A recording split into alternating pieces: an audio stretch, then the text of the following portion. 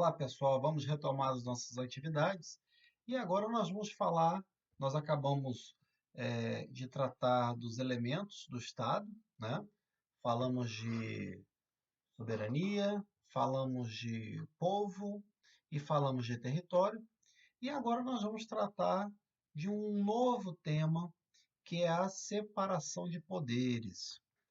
A separação de poderes é uma técnica que foi pensada por diversos autores, por diversos cientistas políticos no decorrer da história. Tá? E só que a separação de poderes, na forma como nós conhecemos hoje, como se popularizou no mundo, foi a partir das ideias de Montesquieu no seu livro O Espírito das Leis. Tá? Ah, qual é a ideia da separação de poderes? Olha, o Estado, ele essa ideia de separação de poderes, a gente sempre tem que pensar que ela foi desenvolvida durante o absolutismo, tá? Então, foi antes do surgimento do Estado moderno. Então, a teoria da separação de poderes ela foi fundamental para o surgimento do próprio Estado, como nós conhecemos hoje, né? O que é o Estado de Direito.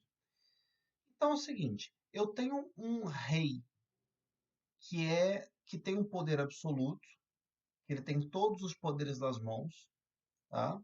Ele cria a lei, o decreto, ele mesmo executa a lei e ele mesmo julga as pessoas a partir da lei que ele cria, certo?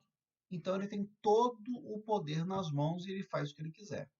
E daí a gente tem um monte de maluco que foram alguns reis do passado, que a história nos relata, que esses caras eram completamente loucos. Por quê? O poder corrompe o homem, certo? Se a pessoa não tem consciência, não tem noção de que há alguém que pode limitar o seu poder, a sua força, esse cara só vai fazer loucuras, né?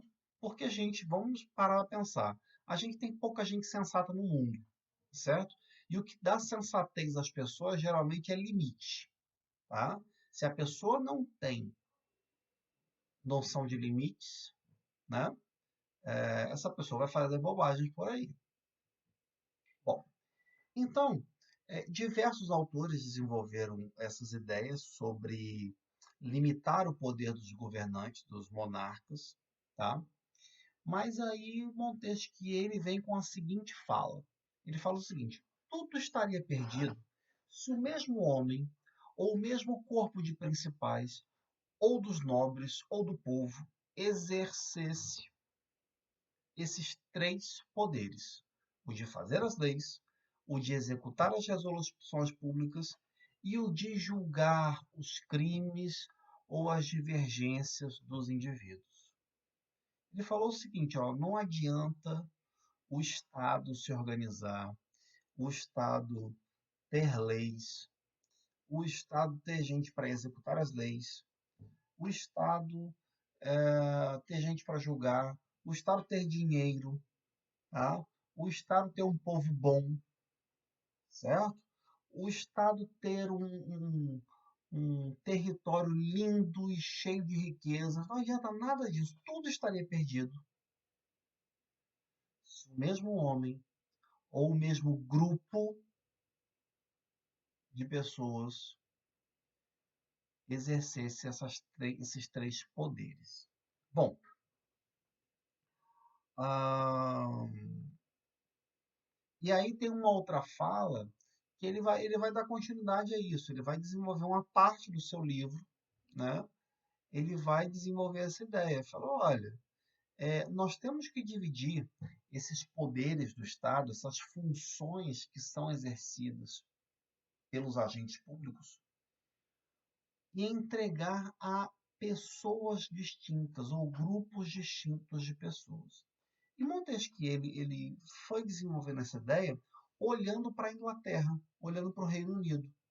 Ele olhou para lá e viu como é que a coisa funcionava lá. Ele falou: olha, sabe que assim funciona? Por quê? Porque, na verdade, lá na Inglaterra, embora a gente tivesse ainda essa noção de absolutismo, o poder do rei ele já era bastante limitado, não era como era o absolutismo na França. Tá? Então, é, na Inglaterra a coisa estava mais evoluída. Por quê? Diversos autores, diversos cientistas políticos ingleses já tinham desenvolvido essas ideias.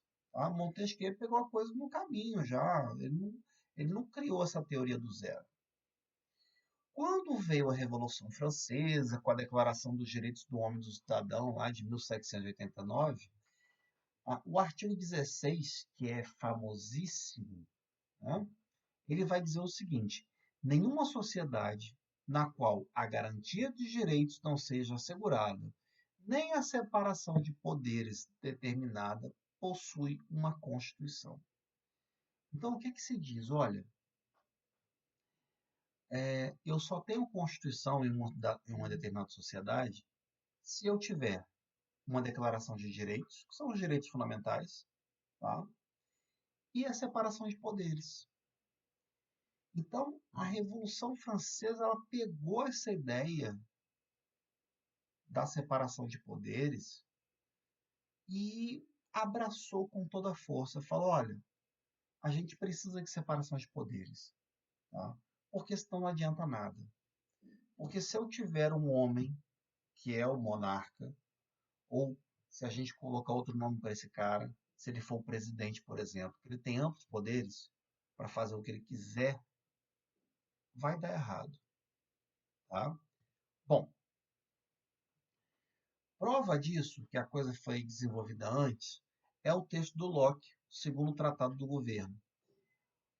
John Locke ele vai falar o seguinte, olha, a tentação de se apoderar do poder seria muito grande se a mesma pessoa que tem o poder de fazer as leis tivesse também nas mãos o poder de as fazer executar, porque elas poderiam dispensar-se de obedecer às leis.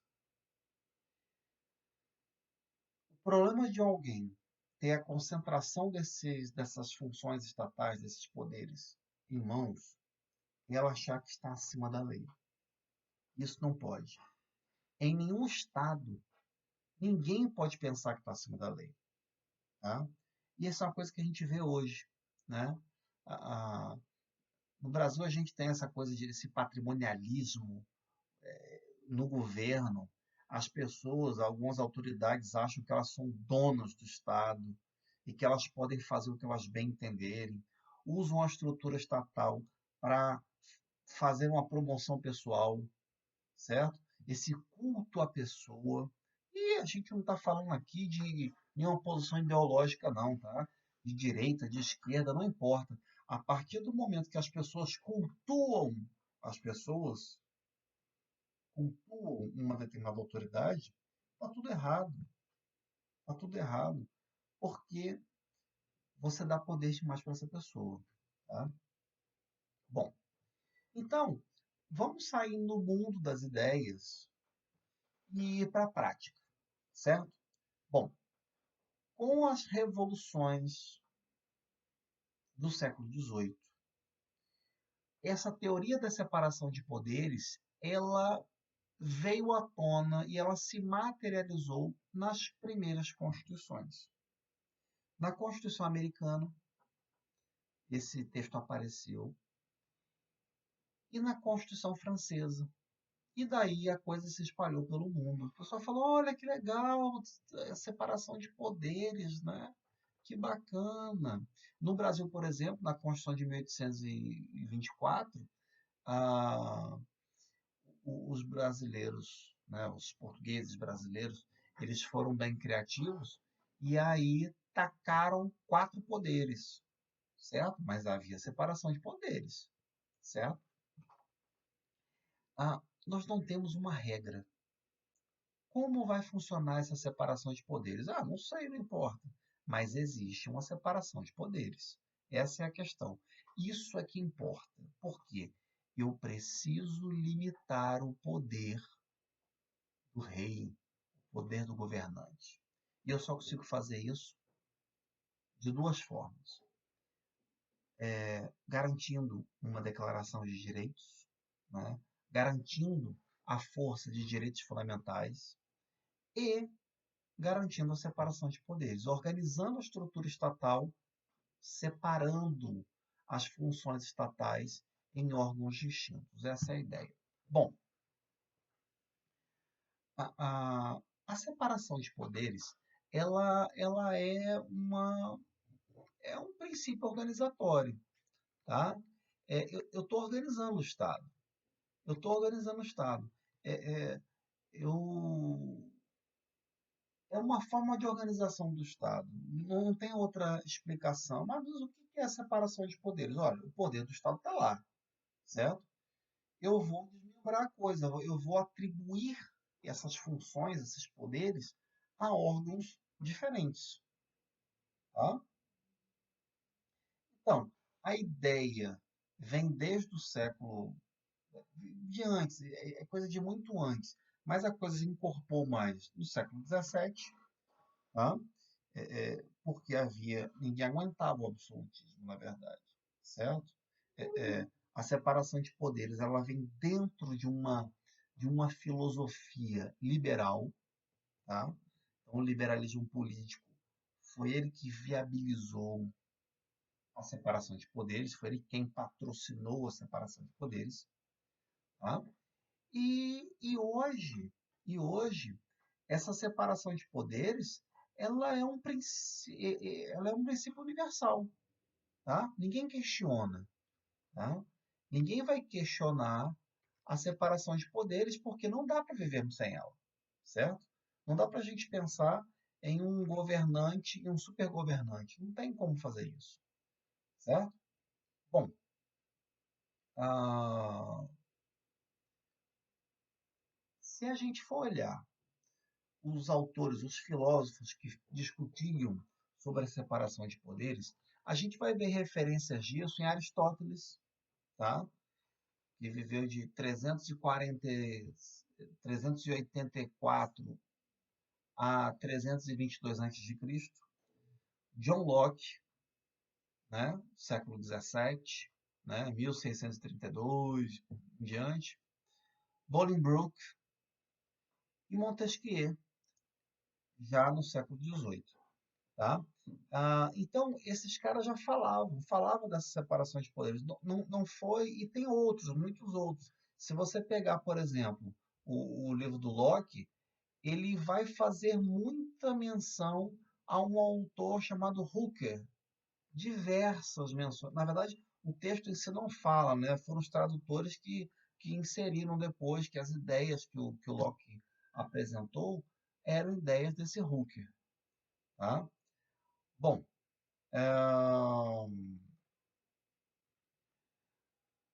e aí Montesquieu ele vai falar o seguinte: é uma experiência eterna que todo homem que tem poder tende a abusar dele.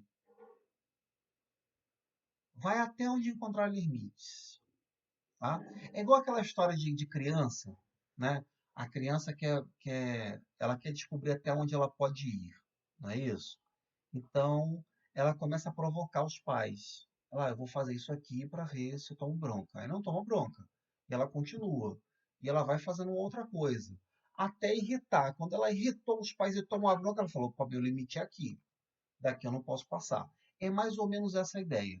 Tá? Então, aquele que exerce o poder, ele vai fazer as estripulias dele até alguém der uma bronca nele. Certo? Então, vamos fazer uma pausa aqui e a gente continua no próximo bloco.